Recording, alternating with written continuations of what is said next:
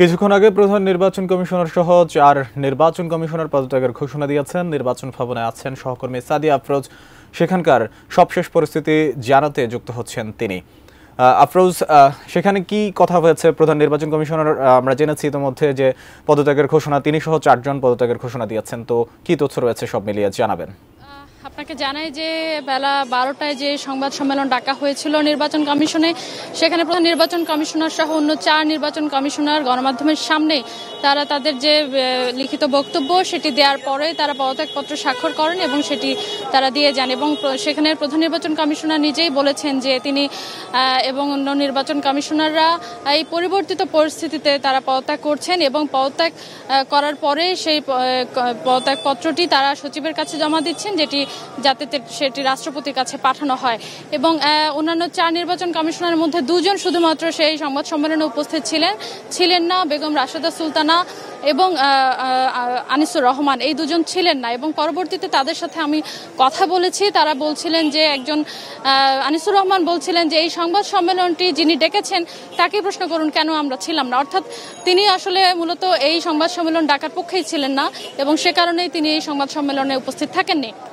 এবং আরেকজন নির্বাচন কমিশনার রাশেদা সুলতানা, তিনি বলেছেন তার শারীরিক অসুস্থতার কারণে তিনি সেখানে থাকেননি। যদিও তিনি বেলা 11টায় যখন কর্মকর্তা কর্মচারীদের সাথে যে মত বিনিময়টি করেছিল নির্বাচন কমিশন, সেখানে তিনি উপস্থিত ছিলেন। অর্থাৎ সেখানে ৪ নির্বাচন কমিশনারই উপস্থিত ছিলেন এবং সেখানকার যে বক্তব্য সেখানেও অল্প কিছুক্ষণ কথা বলেছেন প্রধান নির্বাচন কমিশনার এবং সেখানেও তিনি সংস্কারের পক্ষে যাতে থাকেন, কর্মকর্তা কর্মচারীরা কাজ করে যান সেই আহ্বান জানিয়েছেন। এবং পরে যখন সাংবাদিকদের সাথে সংবাদ সম্মেলনে কথা বলেছেন, যদিও সেটি সংবাদ সম্মেলন ছিল না, নির্বাচন কমিশনের যে বক্তব্য ছিল সেটি ছিল সৌজন্য বিনিময়, কিন্তু সেখানে কোনো রকম সৌজন্যও ছিল না। কারণ এখানে এসে প্রধান নির্বাচন কমিশনার তার লিখিত বক্তব্য দিয়ে তারপরে তিনি কোনো রকম কোনো প্রশ্ন না নিয়ে তিনি সেখান থেকে উঠে চলে যান। এবং এখানে তিনি এবং অন্য ২ জন নির্বাচন কমিশনার যখন স্বাক্ষর করেন তখন সাংবাদিকরা প্রশ্ন করেছিলেন যে বাকি যে ২ জন সেখানে উপস্থিত ছিলেন না তারা স্বাক্ষর করছেন কিনা বা তারা পদত্যাগ করছেন কিনা, সেখানে তিনি কোনো উত্তরই করেননি। পরবর্তীতে আমরা সেই ২ জন নির্বাচন কমিশনের কাছে গিয়ে নিশ্চিত হই যে হ্যাঁ, তারাও আজকে পদত্যাগ করছেন। কালার এক্সপার্ট, জর্জ স্যাপ এবং মাইল্ড অন হ্যান্ডস টেকনোলজি সমৃদ্ধ অরিক্স ক্রিস্টাল ওয়াশ আপনার লন্ড্রি এক্সপার্ট। অর্থাৎ তারা পদত্যাগ করার পরপরই কিন্তু এখান থেকে বের হয়ে গেছেন এবং এখানে বের হওয়ার পরে মুখে তারা নির্বাচন কমিশনের এই ফটকের সামনে এখানে জনরোষের মধ্যেও কিছুটা পড়েছিলেন।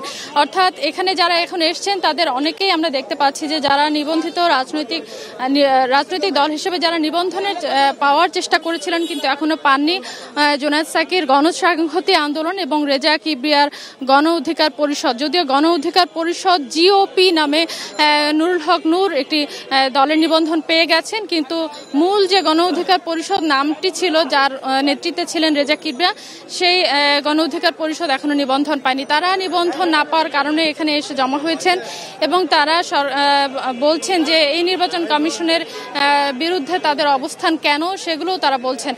অর্থাৎ এই 1 মাস পূর্তি, আপনি জানেন যে গণ অভ্যুত্থানের যে 1 মাস অর্থাৎ গত 5 আগস্ট গণ অভ্যুত্থানের পরে ঠিক 1 মাস পরে আজকে নির্বাচন কমিশন বিদায় নিল এবং এর 1 মাস কেন পিছিয়ে কিংবা তখনই কেন তারা পদত্যাগ করেনি, এরকম নানা প্রশ্ন ছিল সাংবাদিকদের মধ্যে। কিন্তু কোনো ধরনের কোনো প্রশ্নের উত্তর না দিয়ে বরং তারা তাৎক্ষণিকভাবে বেরিয়ে যান এবং তারা আসলে কোনো ব্যাখ্যা দিতে রাজি হননি। পরবর্তীতে অন্য নির্বাচন কমিশনদের সাথে আমরা যখন কথা বলার চেষ্টা করেছি সেখানেও তারা কোনো প্রশ্ন নেওয়ার বা কথা বলার চেষ্টা করেননি।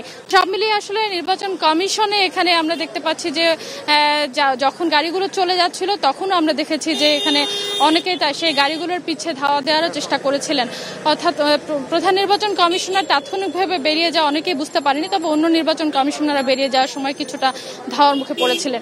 তো আজকে আসলে এই যে 2007 সালে মেয়াদী কমিশন পদত্যাগ করার পরে আজকে এই 2024-এর যে হাবিবুল আওয়াল কমিশন তারা স্বেচ্ছায় পদত্যাগ নিলেন এবং এই পদত্যাগ শুধু তাদের কোনো রকম কর্মকাণ্ডের জন্য তারা আসলে তারা দুঃখ প্রকাশ কিংবা কোনো কিছু না করেই তারা আজকে পদত্যাগ নিলেন বলেছেন। পরিবর্তিত পরিস্থিতির কারণে তারা আজকে পদত্যাগ করলেন এবং এই পদত্যাগপত্র রাষ্ট্রপতির কাছে পৌঁছে দেওয়া হবে।